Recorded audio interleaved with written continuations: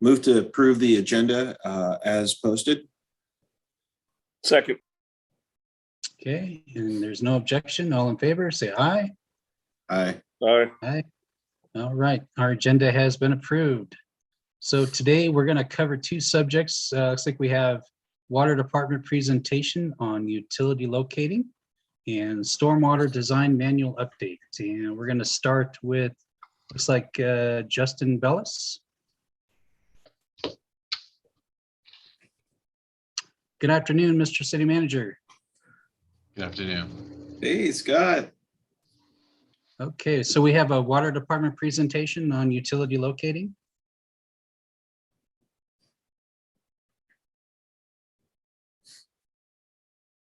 That was a question.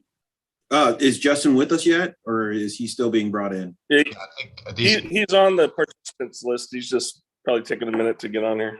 Okay, we'll give him a quick Getting second. access.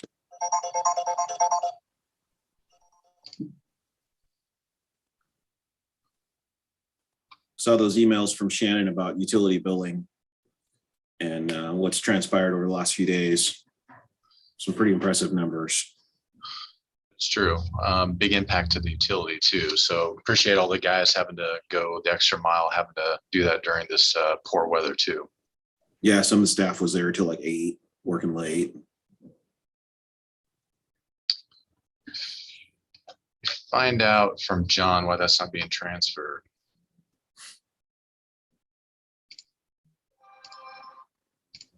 I think it's safe to say everybody's buckling down a little bit, trying to save some money. Even Scott, he's not shaving, he's saving money on razors. Here, one moment, Cal. I don't think I've ever seen Scott without a suit. So I'm wondering, you know, is that dry clean bill something you can write off, or how's that work? Well, I saw him at that one batch. No, we're recording. I can't say.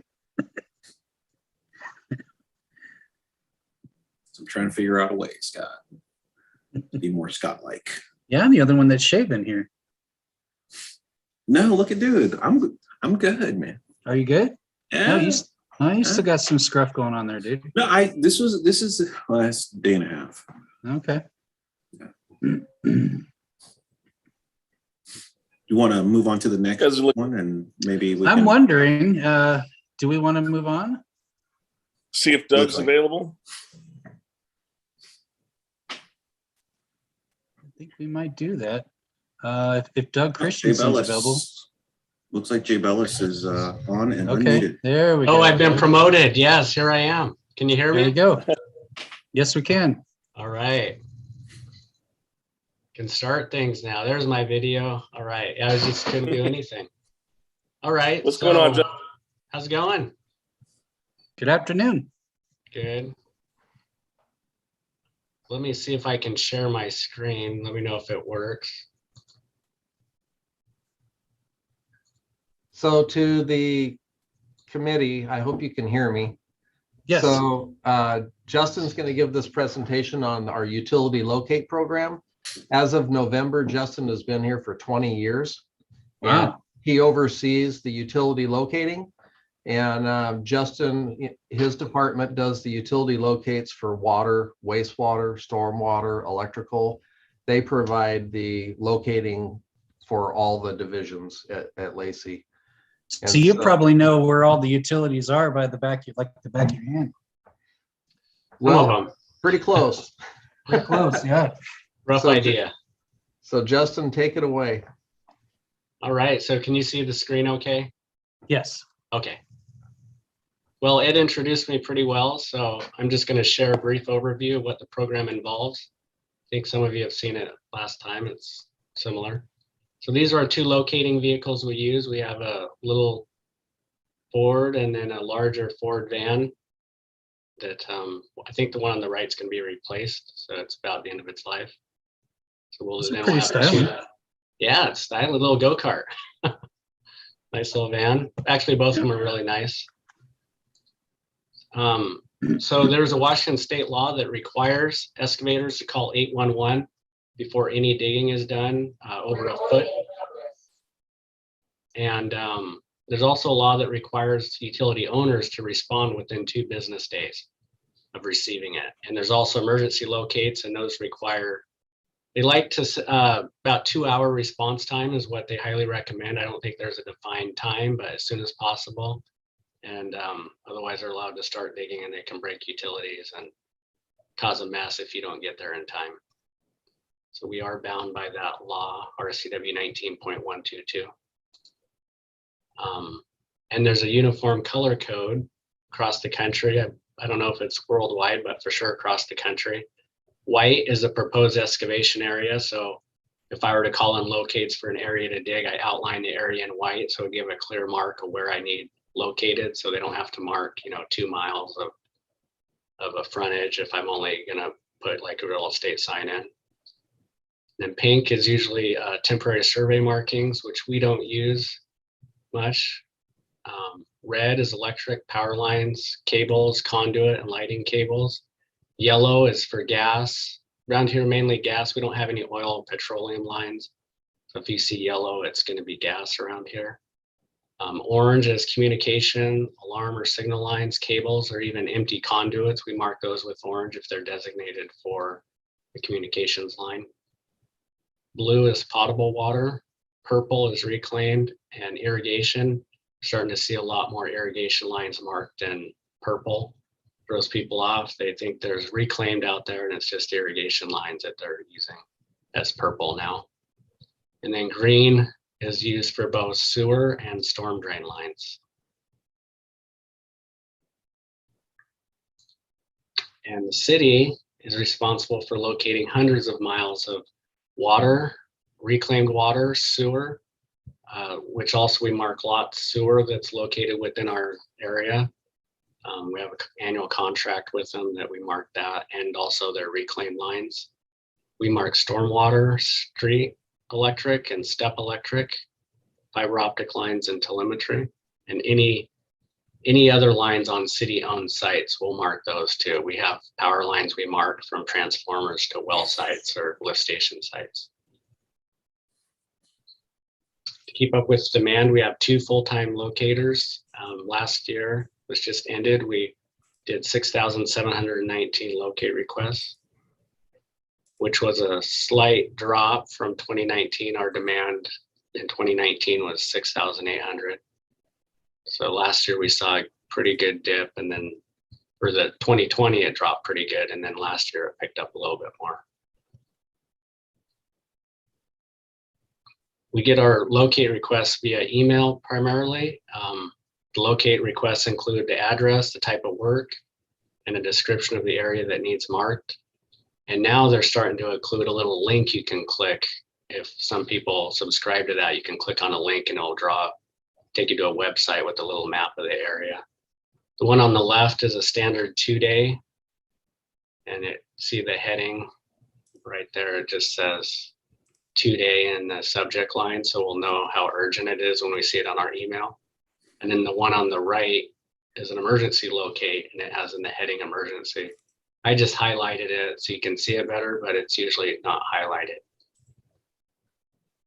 And yeah, those require immediate response. So as soon as we see an emergency, we head right out to it as fast as we can and start marking things. Or if we can't get to it, we'll give them a call and let them know, we're out 5 or 10, maybe an hour or so, whatever it may be. We'll let them know if they can hold off before they start digging.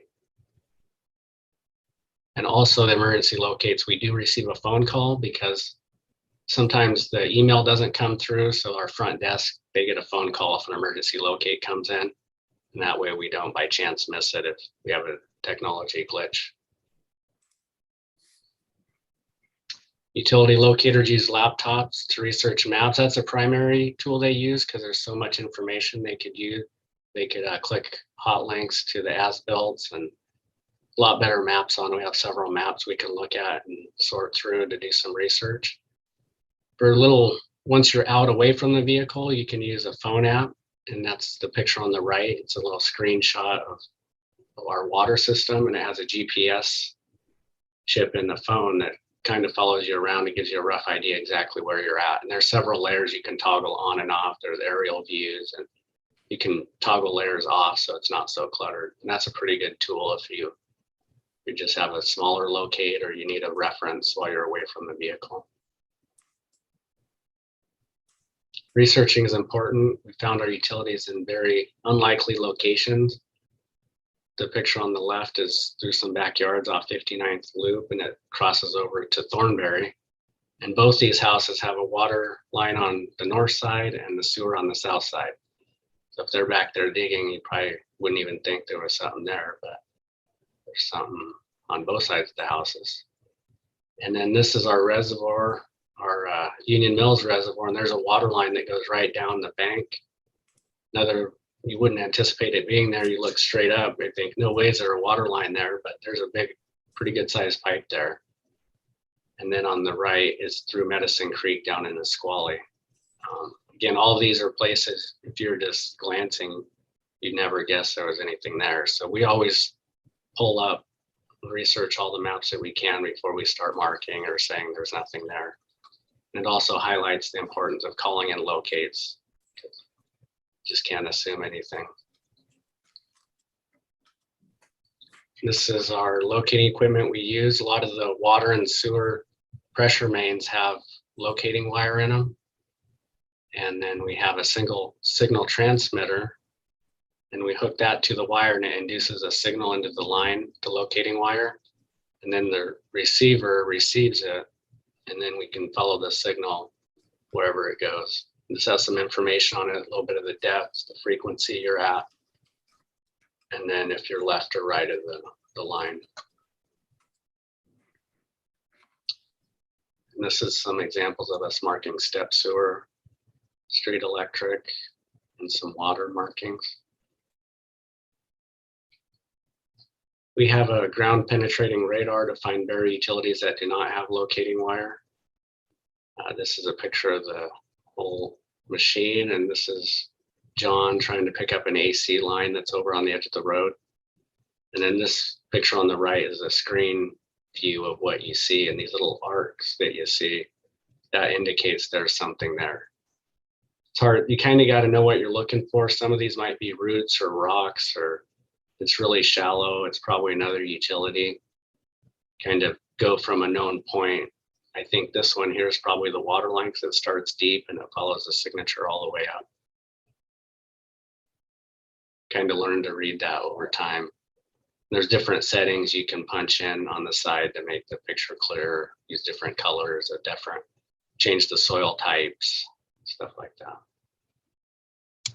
We also have a tool to locate live water lines, probably sewer too, but we don't put it down sewer lines just for the obvious reason. We keep water with water, but we use this frequently. If we have a water line, we don't know where it goes, we need to know. It's a little, we intercept the line, install a stuffing box. We connect, this little red wire has like a copper line in it, and it's a fiberglass shield. So you can shove that down the water line, and then hook to this reel has a little clipping point. You can clip to it and induce a signal and trace it. And then there's some pictures of some step systems that we mark. On the left is the sewer box on the side of the house where all the electrical goes in. So we have a little clamp, we just clamp around the conduit right there. And then in the middle, you see him chasing it out with the receiver, and it goes right into the step tank to the pump. And then along with that, we go from the tank, from the picture on the right is the tank with like a flower pot on it. And that sewer line goes to the box that's right behind the sidewalk. And then we'll mark all of that too. And then from there, it does go out to the main in the road. So we can pop open that box and then chase the wire out. And this is some examples of things we located. On the left is a lift station 24. We mark all the power lines and the communications lines to those control panels. And then top middle is street electric crossing the road. The right is some reclaim line in the middle of the road. Bottom left is a sewer manhole. That doesn't have wires, so we pretty much open the lid and look at where the pipes go, and those pretty much go in a straight line. So we just find the downstream manhole and kind of line it up and paint. Again, you can use a GPR on that too if you're really not sure how it goes. But typically we're pretty successful just lining it up. Same with storm line, no tracer wire, that's in the middle bottom. You just line it up and it goes from basin to basin. And then the far bottom right is kind of a panoramic view of the sewer on the right, reclaimed in the middle, water on the left. That's a typical install for utilities. We also have, we GPS all our facilities as over time they get buried or lost, or we just like, it's really helpful too to find it if like development reviews, looking up things online, they can go to our mapping system and find a GPS point of exactly where everything is. And that's been really helpful. So we GPS everything that we can. On the left, he's GPSing a box that you can tell it's in the bushes, blackberries. That gets covered and then we can't find it.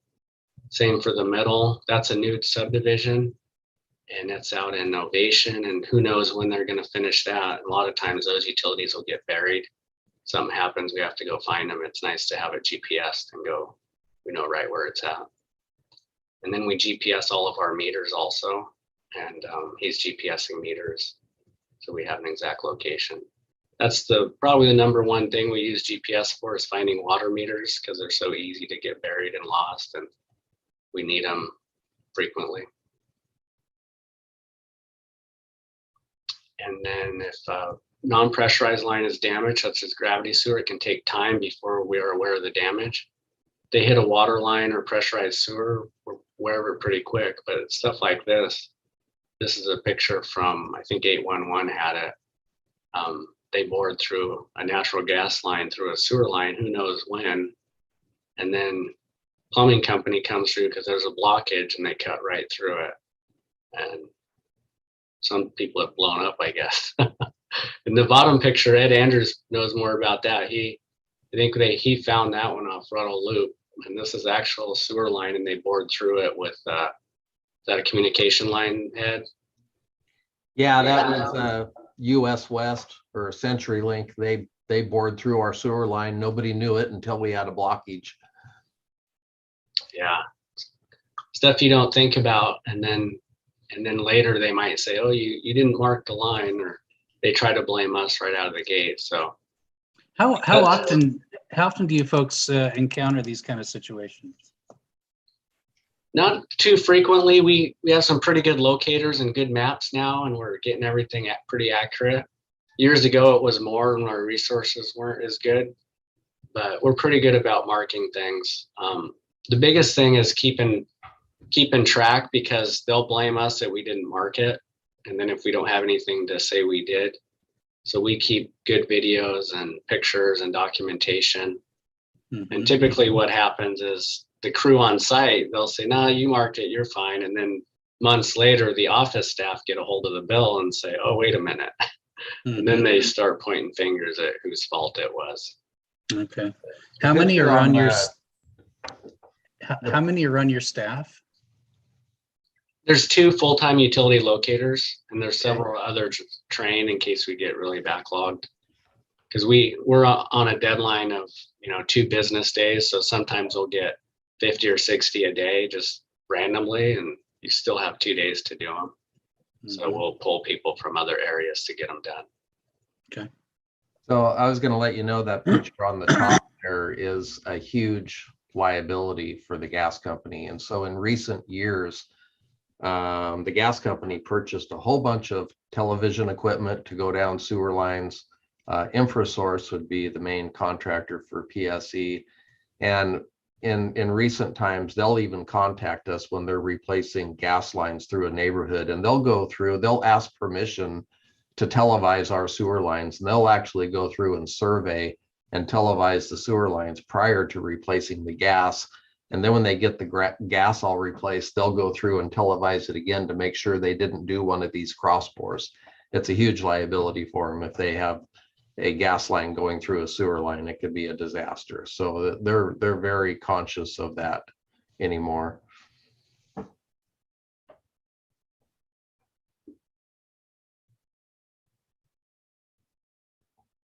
Then after the locate request is complete, we document all utilities that were located. There's two different databases we use. The one on the left is the NTMS, and that's just something that everybody can access. And then, for example, the contractor would know when we're finished. We go in and say it's done, but it doesn't give a lot of details of what was marked, who marked it. So we have our own database that shows what utilities were marked, who marked it, any comments. So if they called somebody and said, hey, we have this and that going on, we put those notes in there for future reference. And if we have any questions on the locate, we know who to talk to that actually did the work. And that's the end of it. But yeah, we keep good pictures. We have a huge file on the city network with pictures and videos to keep track of things in case something comes up. And that is the end of the presentation. How long do we keep the pictures and videos? Forever. Until we're safe. Pretty much. I don't think we've ever deleted any that I know of. So Right on. probably since 06 or 08 when we had good picture technology available to us. Great. Thank you, gentlemen. Justin. Good job, Justin. Thanks. We never hear anything like the things blowing up. So you're obviously doing a great job, but you know, you're always out there working hard like everybody else, and we appreciate it, man. All right. Just so you know. I hope we're focusing on, you know, long-term, what's the word I'm looking for? No, basically you've been doing this for 20 years and I assume at some point you want to retire. I hope we have some skilled people that are ready to take that, that torch when you're ready to hand it off. Yeah, I have a good cross-training program I like to send people out. Except with COVID, it's kind of been on the back burner because it's hard to put two people together. We try to keep people separate, but I try and have people go out with the primary locators and do some locating so we have backup. Outstanding. Well, you've been here for a long time, Justin, but you know, you still got 20 something more years to go to get a reservoir named after you or something like that. You know, I know it doesn't. Tell them I said hi. All right. Doesn't seem like 20 years, but I guess it has been. Talking to Ed this morning, like, wow, it has been. So, yeah. Well, thank you. Well, and you're too, so Outstanding. All right. Thanks. consider. Could we, yeah, there you go. Stop the screen share there. Let me see. Where do I exit that thing? Should be a tab on the top of your screen.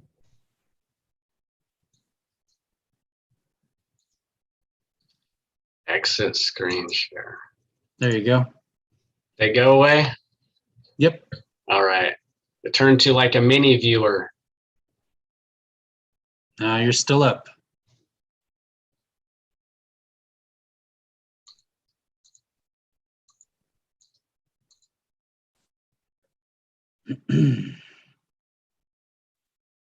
There we go. Now we're cooking with gas.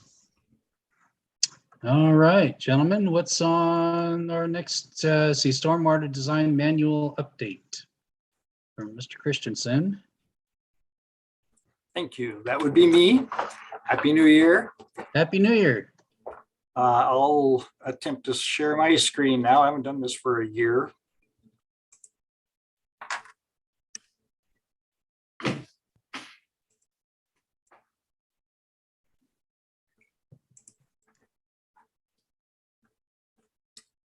Hopefully you can see my screen Yes. now. Yep, we can see it.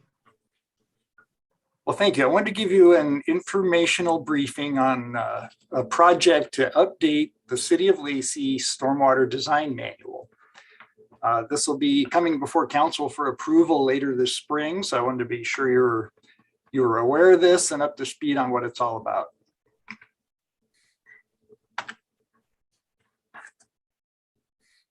I get this to move. So just a, oh, this is being touchy. Okay, so this briefing, just a quick outline. I'll give you a one screen overview of what this is all about and why we're doing it. And then kind of a primer on Lacey's Stormwater Design Manual, what it's for and what some of the main components are. And then key revisions, some of which are being mandated and some that we're just doing to improve the manual. And then we'll look at the project completion schedule for this spring. So this is an update of Lacey's Stormwater Design Manual. Our current edition of it is the 2016 manual. So we're creating a 2022 Stormwater Design Manual. This update is mandated through the 2019 to 2024 Western Washington Phase 2 Municipal Stormwater Permit.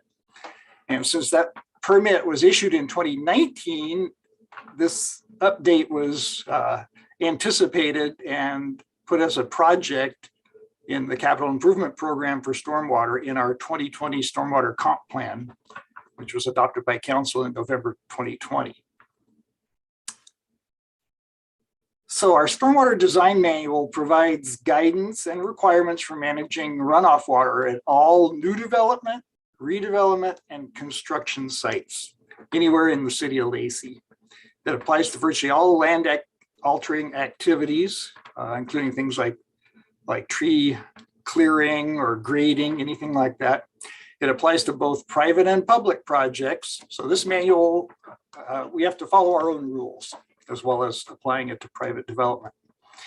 And what our manual does, it combines Ecology's baseline requirements and applicability along with Lacey specific standards for getting development projects approved. The main intent of our SDM is to provide design standards for design engineers, and then to specify the submittal criteria for drainage reports and plans and documentation to get projects approved and permitted. The three main objectives of the manual: reduce flooding and erosion, reduce the pollutant load in runoff water, and to recycle that cleaned runoff water to replenish surface and groundwaters.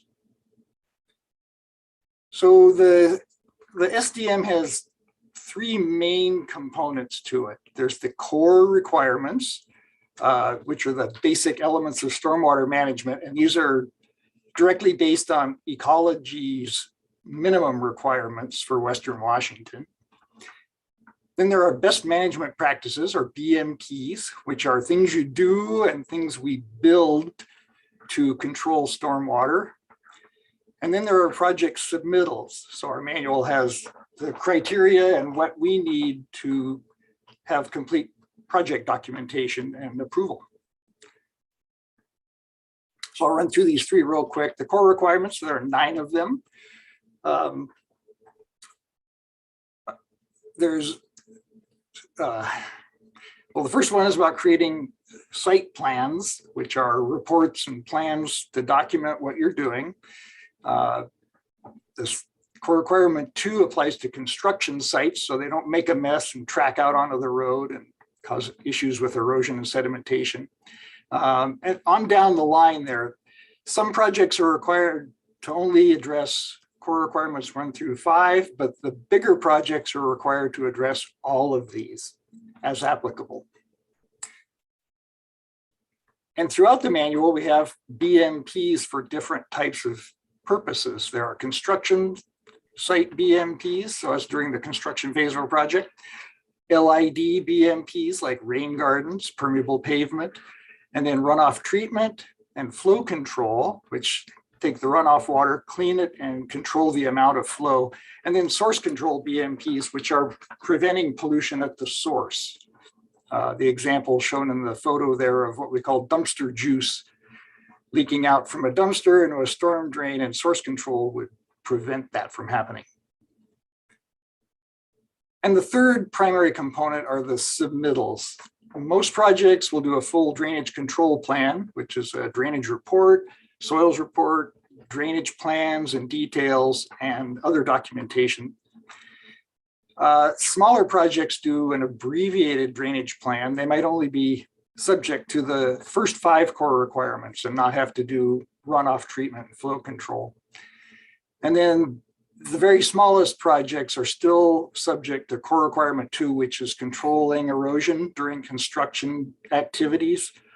So we have a short form, it's called the SWIP short form, that those projects would do.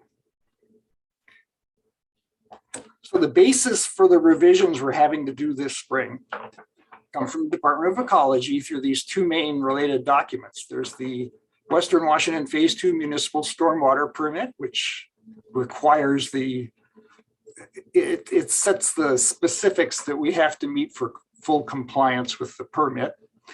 And we're not alone in this. There are 87 cities and counties in Western Washington that have these same basic requirements.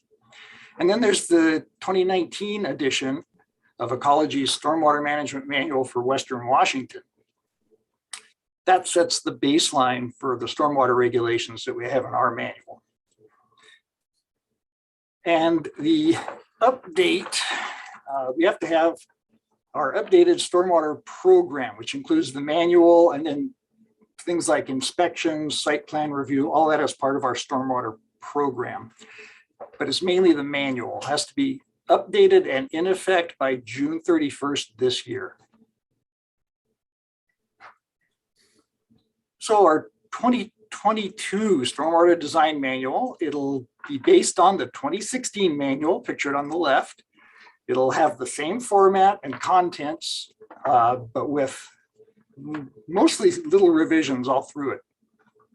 It incorporates the minimum standards, thresholds, and technical criteria that Ecology specifies in their 2019 manual and in the permit. And then we've included some excerpts from Pierce County's new stormwater and site development manual that was approved last year.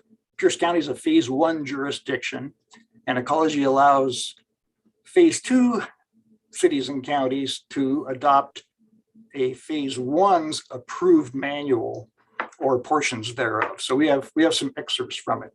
And then we also have some figures and other technical information that's being updated in our manual. So our 2022 manual is going to be very similar to our current 2016 manual. So our current users, which is mainly design engineers for commercial projects, they'll be familiar with this manual. The changes throughout it are pretty subtle. There's updated content, there's a lot of clarifications and enhancements for the user, but regulatorily it's relatively minor. And this little table at the bottom kind of shows how our manual has evolved. We first became subject to the phase 2 permit back in 2007, and we created our first stormwater design manual as a 2010 edition. So it was brand new back then, based on Ecology's 2005 manual.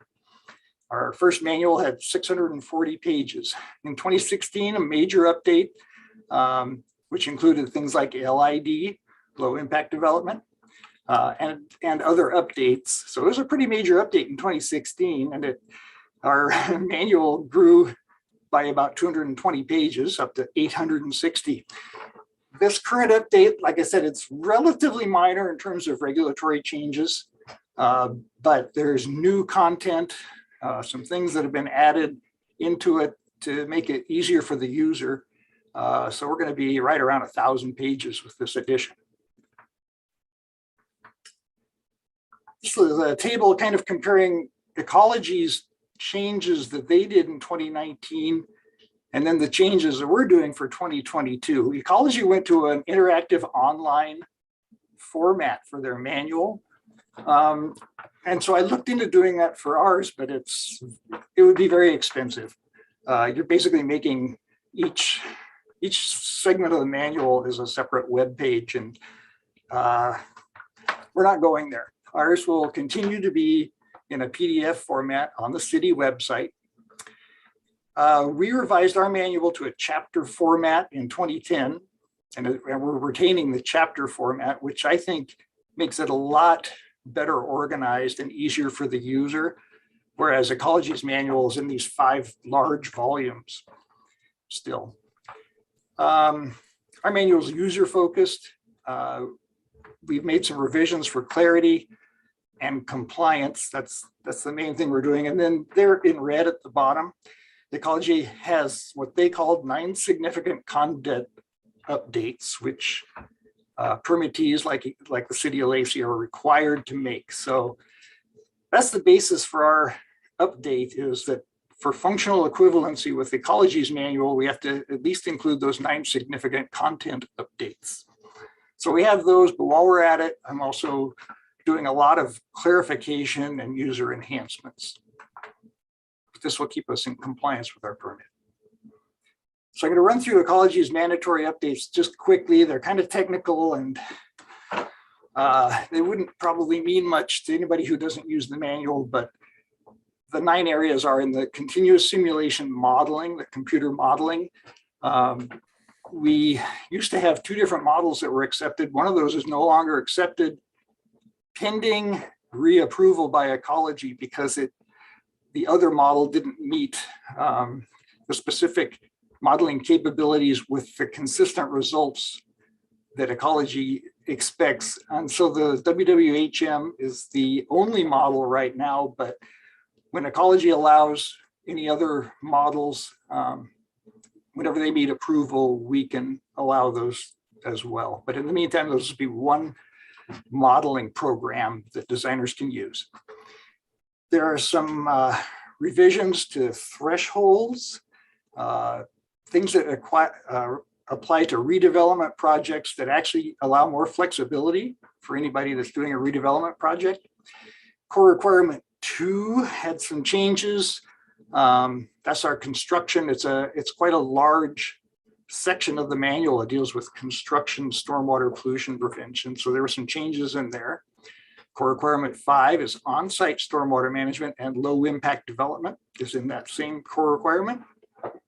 And there was the main update Ecology had was requiring a certain BMP for smaller projects. It's not a big change, but there was also some other minor wording changes in there. Core requirement 7 is flow control. They've done some updating that mainly won't apply in Lacey because we don't have much in the way of discharges to marine waters, but we have to incorporate the changes anyway. Construction concrete washout. Concrete is becoming, it's becoming an area that Ecology is making some changes on. Broken concrete can leach, well, it can increase pH in receiving waters. And plus there's been problems with concrete washout clogging up drain lines. And so they've made some changes to that part of the manual. Source control, they've added a whole bunch of new BMPs for different activities. Some will apply here and some won't, but we're changing that section of our manual quite a bit. And then wetlands guidance, they've some of the monitoring and modeling that you do if your project impacts wetlands, there'll be some changes there. And then our non-mandated voluntary enhancements that I'm making to the stormwater manual, mostly clarifications, little minor edits. There are some links and references that are being updated to more current information. A lot of wording in paragraphs has been revised to bullet points and tables just so it's clearer. And then there's a list of other enhancements we're making: drainage report template, guidance for construction sites, guidance on UIC, that's underground injection control wells for deep infiltration, the source control BMP checklist, and design criteria for fuel stations.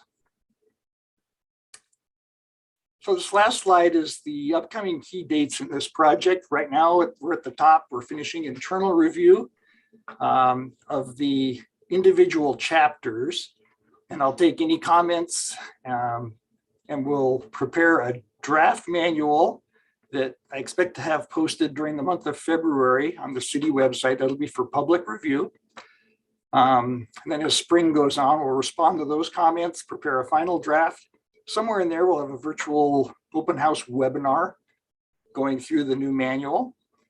And I'll give you a briefing again somewhere in there on what the actual manual is that would be coming before council for approval. Then we'll go through the planning commission and council approval process before the deadline, which is June 30th. So that's your introduction to this project. If you have any questions about that, I'd be happy to answer them.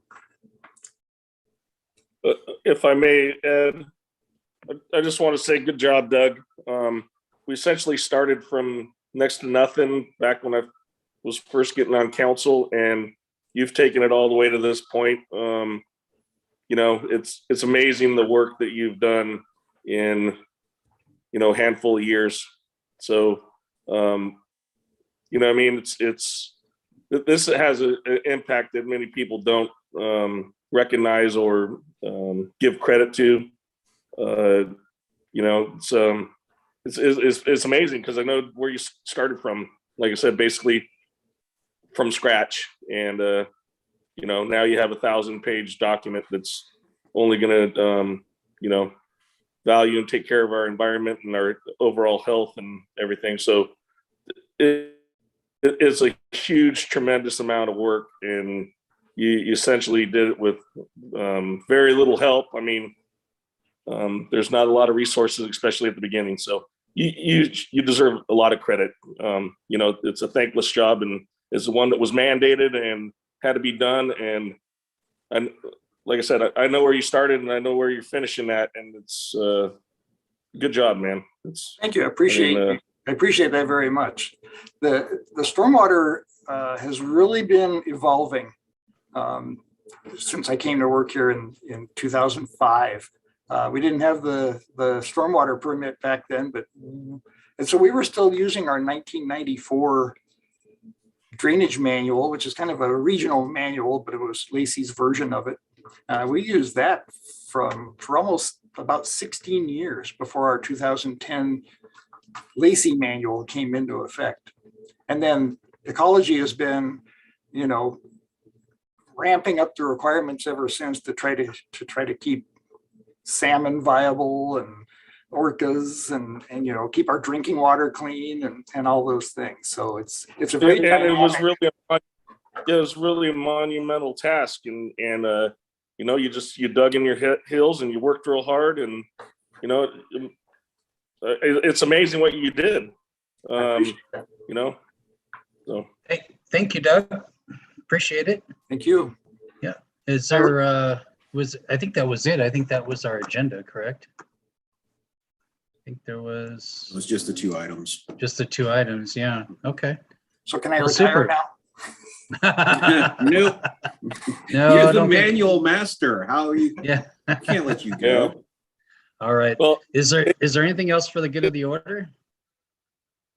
I would just say it's like another playbook out of the Public Works manual of just doing more with less, and everybody working, and it's in a lot of areas or arenas, it's an uncommon theme that people just roll up their sleeves and work away and make a mountain into a molehill. But that's what Public Works does. They're working when we're sleeping and when it's raining and it's snowing and it's all that stuff. And you never hear about it because it's never an issue, because everybody chips in and everybody does what they need to and have to do to get it done. And it's, it's from top to bottom. So good job, guys. Malcolm, please. Hey, Doug, just real quick, I was wondering, in your opinion, the new things that are coming up in the manual, what kind of effect do you think that they're going to have on future development I don't know, I don't want to say constraints are getting a little tighter, but as we have to do more and put more on developers in the future? I know that there's a couple projects that obviously slid under the wire, the Slater-Kinney / Slater-Kinney Pacific project and a couple others. But as we, as people want to develop in Lacey, do you see any additional, cost constraints? Are we still a good city to come and develop in? Just your opinion is all I'm asking. Oh, yes, this is still a great city to come develop in. Our local regulations really aren't any worse than they are anywhere else in Western Washington. So far as the 87 cities and counties that are subject to this permit. And this update to the manual, like I said, it's relatively minor. It doesn't have the quantum changes that we had in 2016 with implementing low impact development and requiring projects to at least consider doing permeable pavements and those sorts of things, which a lot of sites, a lot of proponents of projects would rather not do.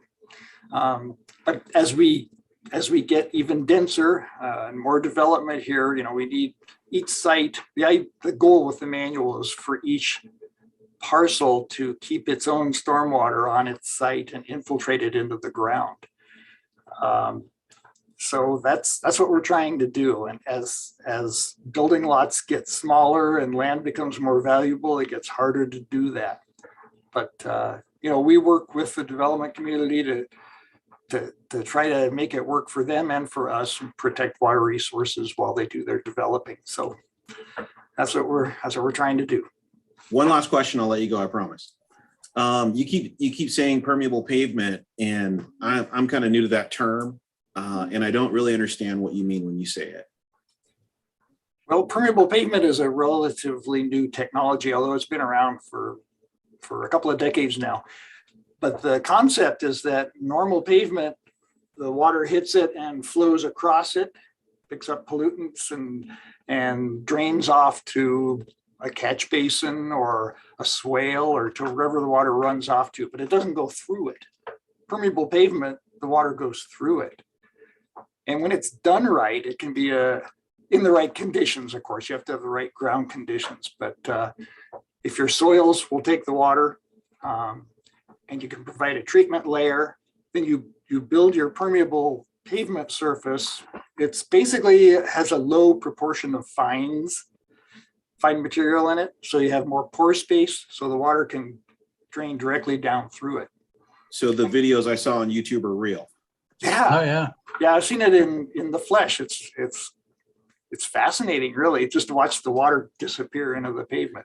Yeah, I saw that they were doing it in the Netherlands, and I thought that was pretty cool because the pavement instantly looked dry. They poured just a truckload of water on it, and it kind of permeated right through. I just didn't know that, it was a viable thing that was happening here. Yeah, and it's evolving. They're getting better at it. There's a lot of resistance from people that have, from engineers that have been in the business for a long time because it's fairly new, and there's a lot of skepticism about how long it lasts and so forth. But if it's in the right conditions, designed right, built right, and maintained,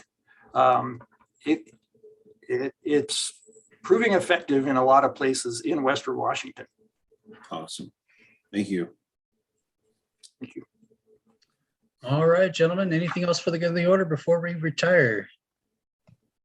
Seeing no hands, I wish you all a happy new year and enjoy your day. And looks like we got some more liquid sunshine to deal with. So be careful out there. And I'm sure we'll see each